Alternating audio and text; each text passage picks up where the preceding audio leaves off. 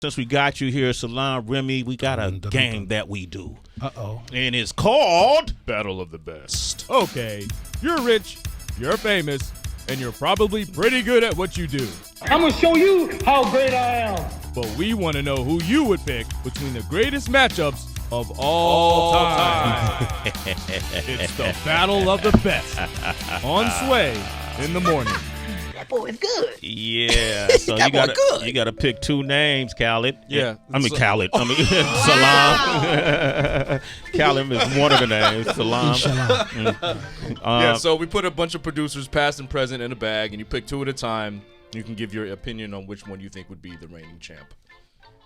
See, once again, I'm not with this pageant politics. I'm going to just say that as a general purpose. Okay. I'm not with pageants and politics. They're all great. I'm entertaining this conversation. Thank but, you, Salam. You're a good dude, man. Because just in general, how I feel is there's a lot of people. I have no problem saying that somebody is great at what they do.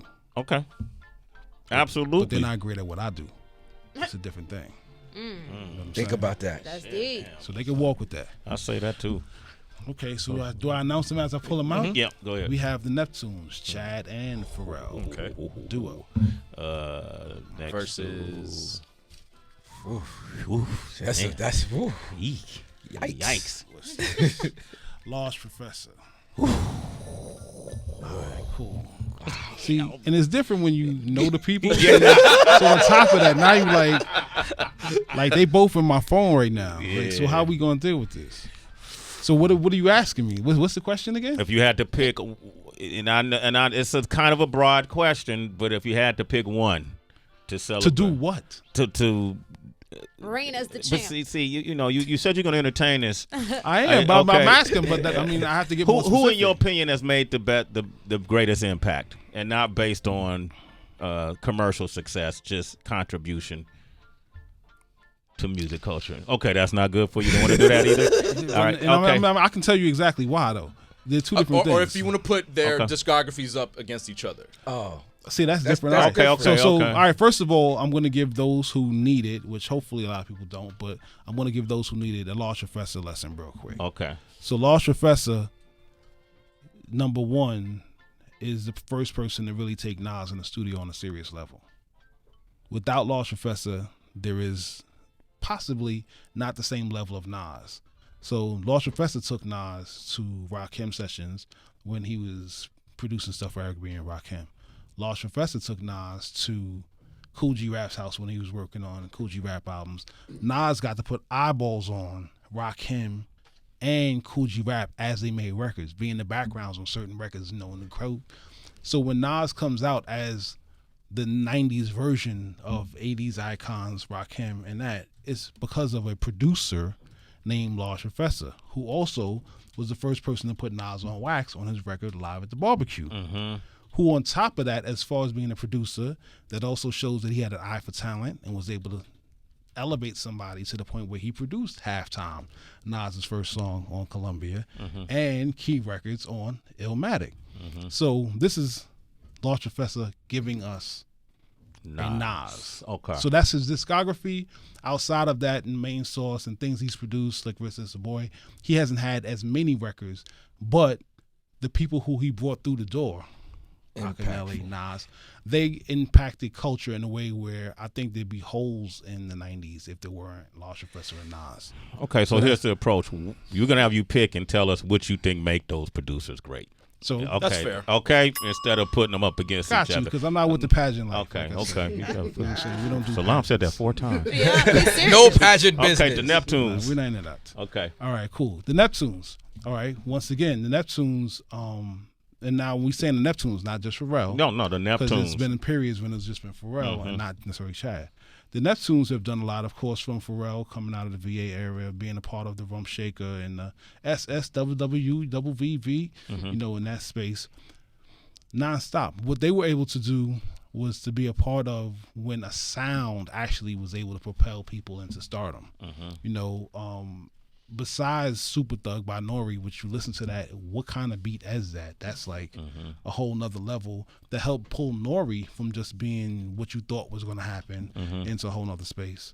That was the beginning of it. But then, once again, there was a time when you got a Neptunes track and now you became somebody. Yeah. You know what I'm saying? So whether it was T.I. with Pussy Papa #1, which is the first time I actually really heard. I heard some other T.I. records, but I heard that and I was like, okay, it's another space. From Pharrell being able to sit down and write songs and really vibe out. From Chad hitting different type of jazzy chords and what they were able to do together and bringing forth the Khalees and the Clips and many different people, up to working with a Babyface or whoever it may be, up to stepping away and being 40 and then having your biggest records with the Blurred Lines and Happy and everything else.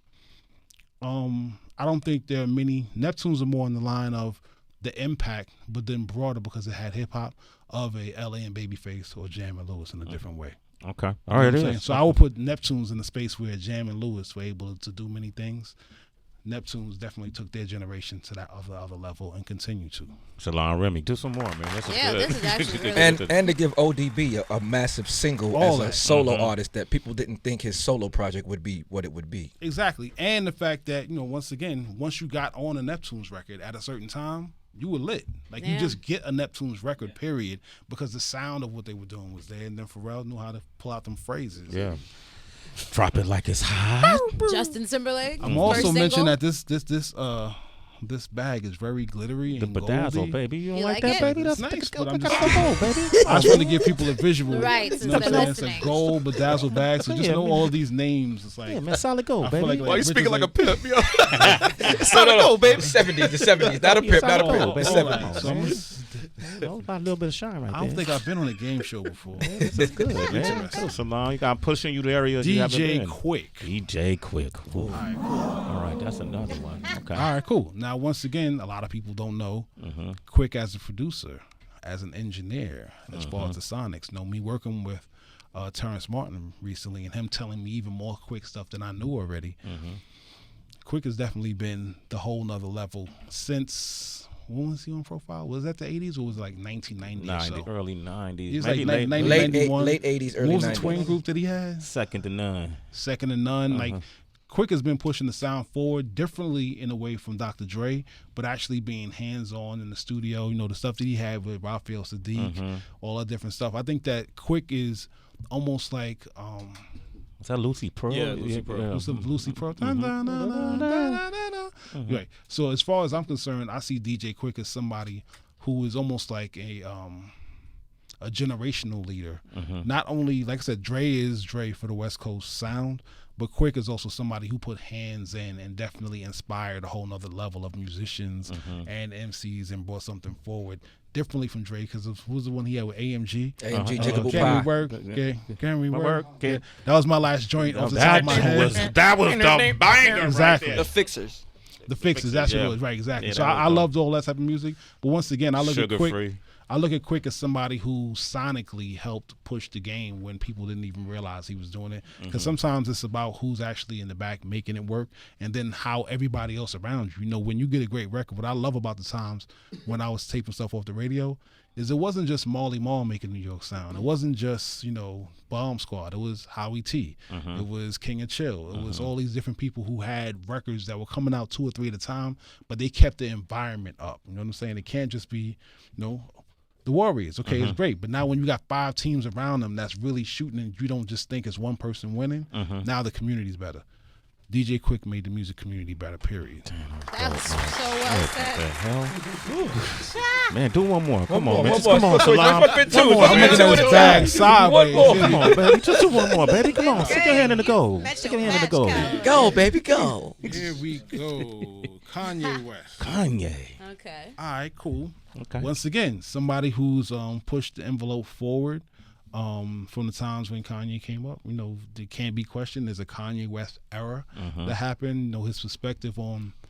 I remember when hip hop was first telling me about he was getting with Kanye and working on some stuff, and I kind of come across him prior to him really even being in New York like that and hearing some stuff that he worked on.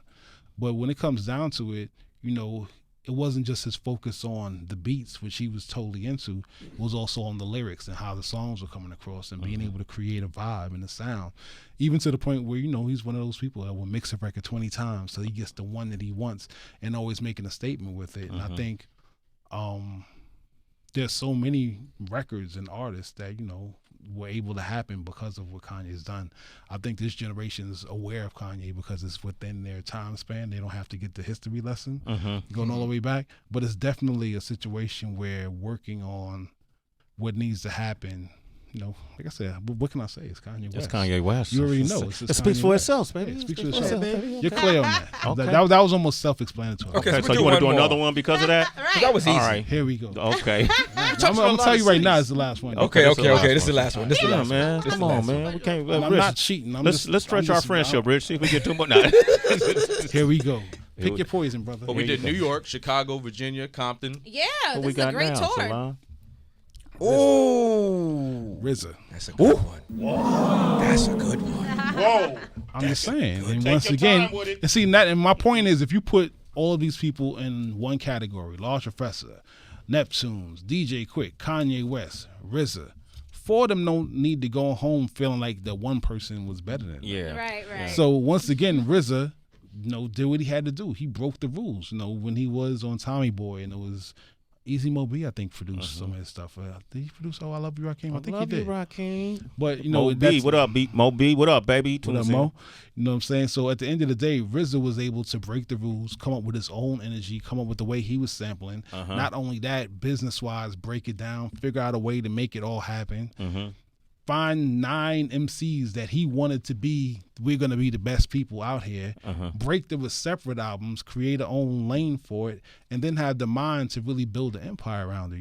Everyone should watch the Wu-Tang doc. It's There's amazing. things in there I didn't find out about. But, I've seen the journeys of RZA and Genius prior to when the Wu-Tang part of it was formed in that way.